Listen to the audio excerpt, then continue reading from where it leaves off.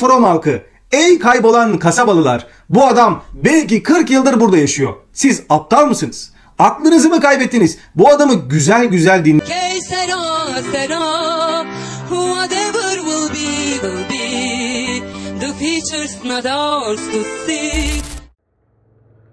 Bir kasaba düşünün. Kaçışın mümkün olmadığı, her köşesinde karanlık sırların saklandığı, gece çöktüğünde ise hayatta kalmanın tek bir kuralının olduğu bir yer. Dışarı çıkma, hatta ek olarak perdeleri kapa, kapıyı açma ve gerekirse saklan. Ama asıl soru şu: bu kasabaya nasıl geldiniz ve buradan nasıl çıkacaksınız? Bugün sizi aklınızı allak bullak edecek bir yolculuğa çıkarıyorum. Korkunun ve gizemin ilmek ilmek işlendiği From dizisini tüm yönleriyle masaya yatırıyorum. Karakterlerin çaresizlikle verdiği mücadelelerden kasabanın ürpertici doğasına, dizinin arkasındaki büyük sorulara kadar her şeyi konuşacağım. 3. sezon finali 24 Kasım'da yayınlandı ve yeni sezon 2026 yılında gelecek. Diziyi henüz izlemeyen dostlarım için spoiler kısmına gelince buradan sonrasını izlemeyin diye uyarımı da yapacağım. Merak etmeyin. Hadi başlayalım. From sadece bir korku ve gizem dizisi değil. Aynı zamanda umutsuzluk, hayatta kalma ve insan doğasının sınırlarını keşfeden bir psikolojik yolculuk. Her şey şöyle başlıyor. Yolda aracınızla gidiyorsunuz. Ormanın içinde huzurlu bir yolculuk derken bir bakıyorsunuz kocaman bir ağaç devrilip yolu kapatmış. Geri döneyim, yoluma devam edeyim derken kuş sürüsü ve gergin bir ortam görüyorsunuz. Bu da sizi korkutmaya başlıyor. Ve hızla yola devam ederek minik bir kasabaya ulaşıyorsunuz. Tam gaz devam ediyorsunuz ama hiçbir yere sapmadığınız halde yine aynı kasabanın meydanına geliyorsunuz. Sonra bir daha derken bir panik ve geçmiş olsun. Hikaye hiçbir haritada bulunmayan, esrarengiz bir kasabanın içinde sıkışıp kalan bir grup insanın etrafında dönüyor. Bazen tek başına yolculuk yapan biri, bazen ailece, bazen daha kalabalık gruplar, bazen bir karavan, bazen bir otobüs. Herkes bu kasabanın içinde hapsolabiliyor. Bu kasaba göründüğü kadar da basit değil. Çünkü tek sorun kaybolup buraya sıkışıp kalmak değil. Gündüzleri sıradan gibi görünse de geceleri sokaklara çıkmak, ölümle dans etmek anlamına geliyor. Çünkü karanlıkla birlikte insan formunda olan ama hiçbir insani duygu taşımayan ölümcül yaratıklar ortaya çıkıyor. Bu yaratıkları evin içine alırsanız ölürsünüz. Dışarıda yakalanırsanız zaten ölürsünüz. Silahla ateş etseniz silah işlemiyor. Öldürmek mümkün değil. Gece sürekli kapınıza gelip pencerelerin önüne gelip pis pis sırıtarak sizi kandırmaya ve onları içeri almanız için sizi manipüle etmeye çalışıyorlar. Sizi avlarlarsa da korkunç bir şekilde öldürüp zombi, yaratık, yamyam karışımı bir şekilde sizi parçalıyorlar. Peki burası nedir? Bir cehennem mi? Bir deney mi? Yoksa bir başka boyuta açılan bir kapı mı? Bu sorular izleyicinin aklını kurcalarken kasabaya bir şekilde gelen insanlar bu kabustan kurtulmanın yollarını arıyor. Ancak bu o kadar da kolay değil. Yollar sizi daima aynı yere çıkarıyor. Kaçış için attığınız her adım sizi daha da derine çekiyor. Şimdi dizinin önemli karakterlerinden kısaca bahsedeceğim. Sonrasında 3 sezonda değerlendirip diziye dair tüm detayları da ele alacağım. Dizide ana karakterimiz kasabanın şerifi olan Boyd.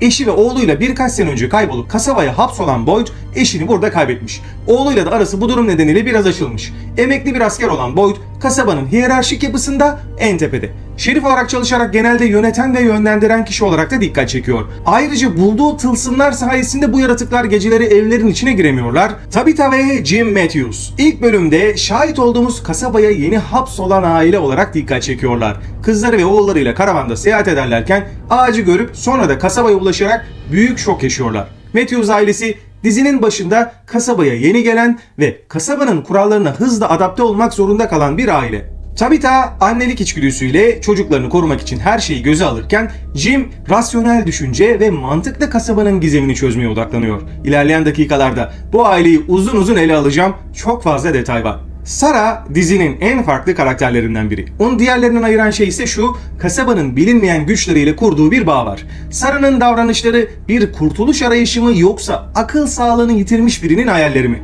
İnanç ve delilik arasındaki ince çizgide yürüyen bu karakter izleyiciye sürekli olarak doğru ve yanlışın bulanıklaştığı bir dünya sunuyor.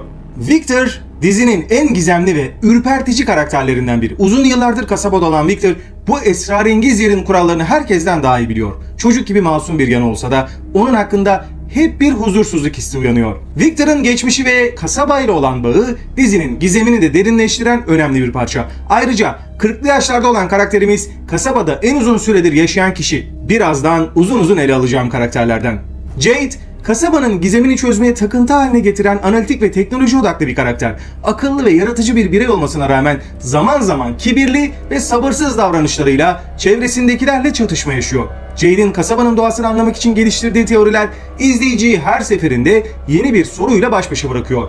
Jade ve arkadaşı da ilk bölümde karavanla kazaya karışan Matthews ailesiyle bir kaza yaşıyorlar, sıkıntı yaşıyorlar ve bu şekilde kasabaya geliyorlar. Bu ana karakterler dışında Matthews ailesinin oğlu Ethan ve kızları Julie, tıp öğrencisi herkesi iyileştiren Christy, Boyd'un oğlu ve sevgilisi Fatima, Boyd ile beraber hiyerarşik olarak lider gibi görünen Donna karakteri, inanç tarafında Peder Katri ve dahası da dizide yer alıyor. Diziyi izlemeyen dostlarım mutlaka izlesinler. Lost, Dark gibi dizilere birçok noktada benzeyen, gizem ve gerilim unsurlarını etkileyici şekilde işleyen From dizisine bir şans versinler. Şimdi videonun esas kısmına, analiz boyutuna geçiyorum ve bol bol spoiler olacak.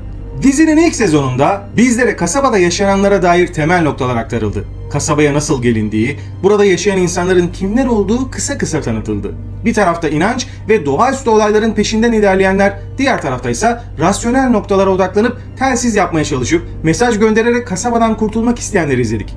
Üçüncü bir yol olarak da en eski kasaba sakini Victor'ın gizemli çizimleri ve tavırları ilgi çekti. Genel hatlarıyla bir rahip, bir şerif, bir doktor, bir mühendis, bir yazılımcı minvalinde görevler dağıtıldı ve gizem unsuru bize aslında iki grubun hareketleri üzerinden aktarıldı. İlk sezon finaline geldiğimizde Şerif Boyd, kasabanın gizemli karakteri Sarah ile yolculuğa çıkarak gayipten seslerin peşinden gidip bir çıkış aradı. Ağaçların kovuğundan geçerek yolculuk yapıldığını gördü. Boyd şüphe ettiği birçok mucizevi şeyi gözleriyle gördü ve çıkış yolu bulamasa da Sarah'a inanmaya karar verdi ve kasabanın mistik bir boyut olduğunu diğerleriyle paylaştı. Rahip Katri ile yaşadığı çatışmalar sonucunda da ona da hak vermiş oldu. Mühendis Jim Matthews ise yazılımcı Jade ile beraber büyük bir telsiz yapıp bununla mesaj iletme yolunda ilerlediler. Bu çabaya ek olarak elektrik varken kablo olmadığını görünce eşi Tabitha evin altına doğru bir çukur kazdı ve Jim karakteri dizideki mantık tarafının temsilcisi olarak dikkat çekti. Jim bir tür deney olduğunu düşündüğü bu kasabaya dair en büyük cevabı ise sezon finalinde telsizde duyduğu "karın o çukuru kazmamalıydı" cümlesiyle aldı.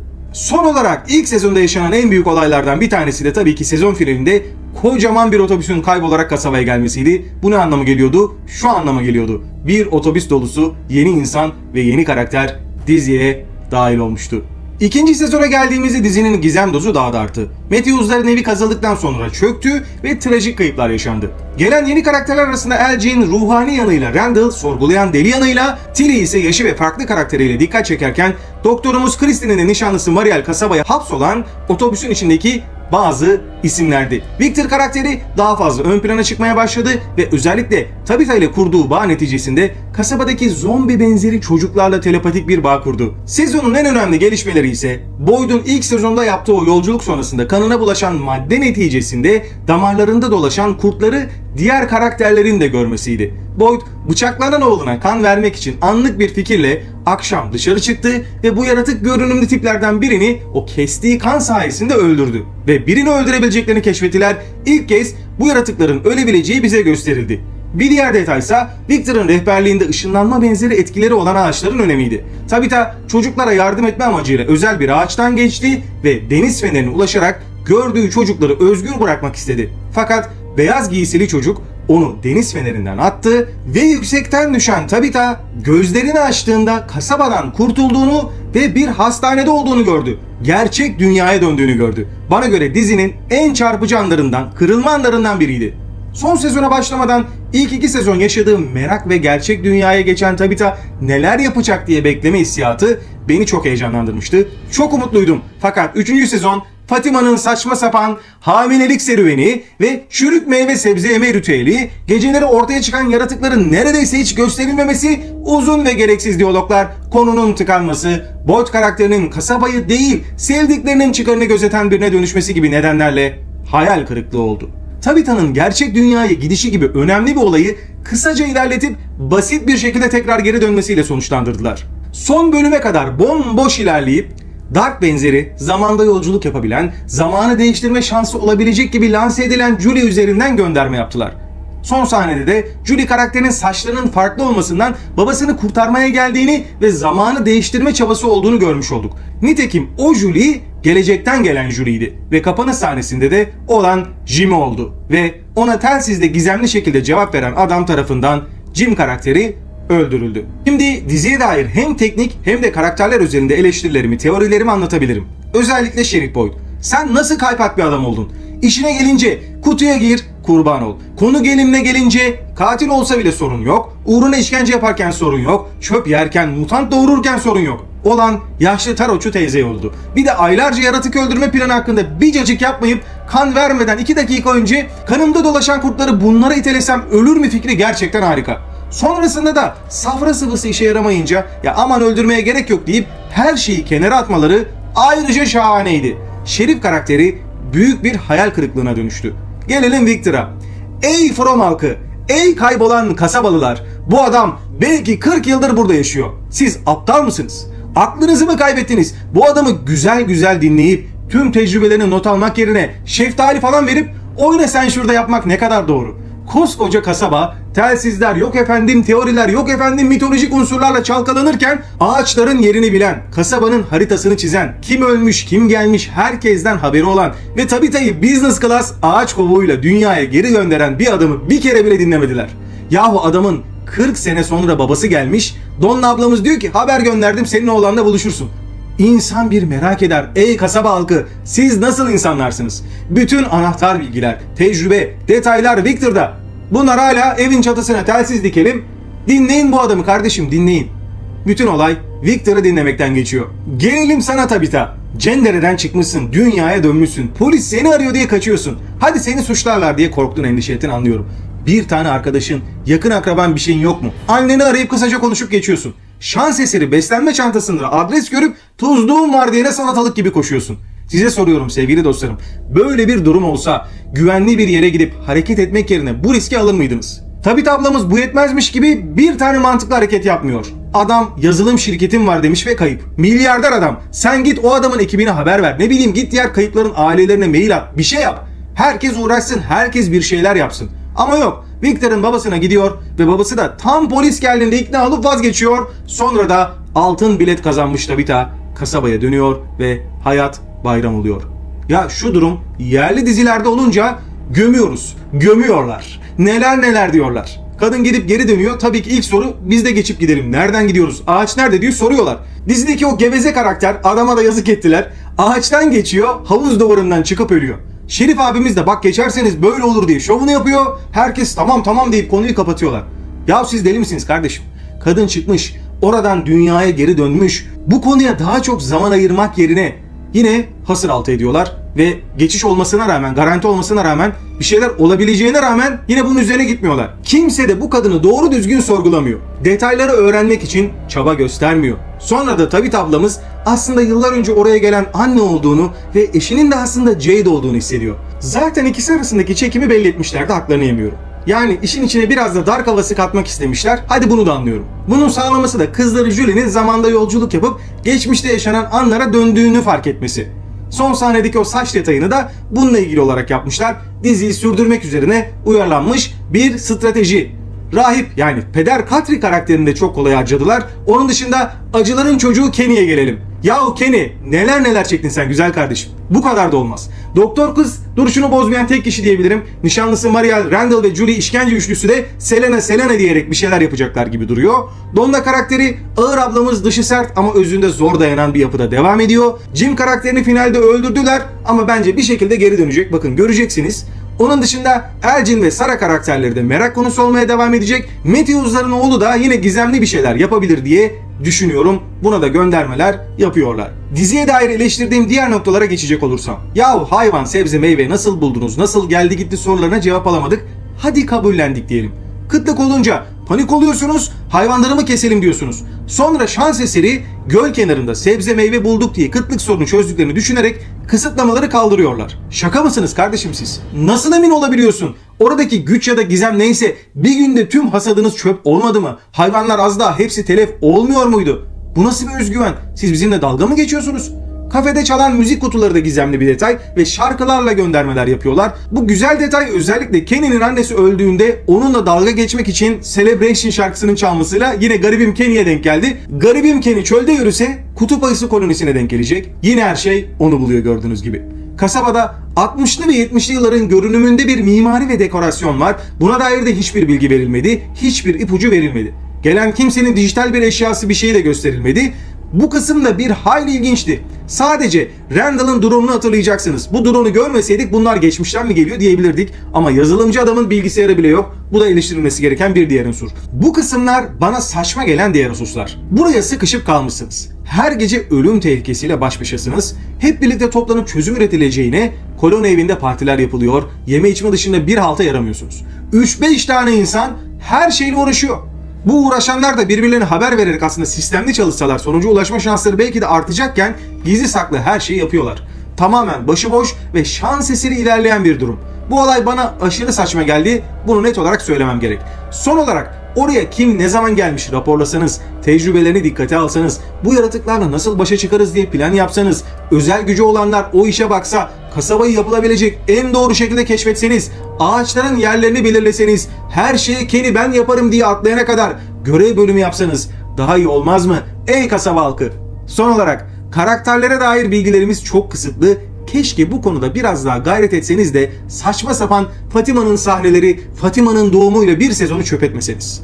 Bunun yerine son sezonda karakterleri mesela daha iyi tanısaydık daha iyi olmaz mıydı diye düşünüyorum. Mesela her bölüm kasabadaki karakterlerin kasabaya geldikleri ilk anları bize gösterseydi daha güzel olabilirdi diye düşünüyorum. Yine bu da benim fikirlerimden bir tanesi. Diziye dair teorilerim ise şöyle. Birincisiyle Lost gibi bir araf durumu ve ütopik bir bağlantı olabileceğini düşünüyorum. İkincisi, kasabada sadece hapsolan sakinlerin iki taraflı değil, yöneten üst kesimin de hem rasyonel bir taraf olarak var olduğunu hem de ruhani bir diğer taraf olduğunu düşünüyorum. Jim ile telsizde konuşan tarafta geceleri o zombi gibi gezen grup farklı çıkabilir. Onların içinde de bir savaş olabilir. Bu benim tahminlerimden bir tanesi. Bu savaş neticesinde de kazanan bir taraf olur ve dizi de bu şekilde sonuçlanabilir diye bir düşüncem de var.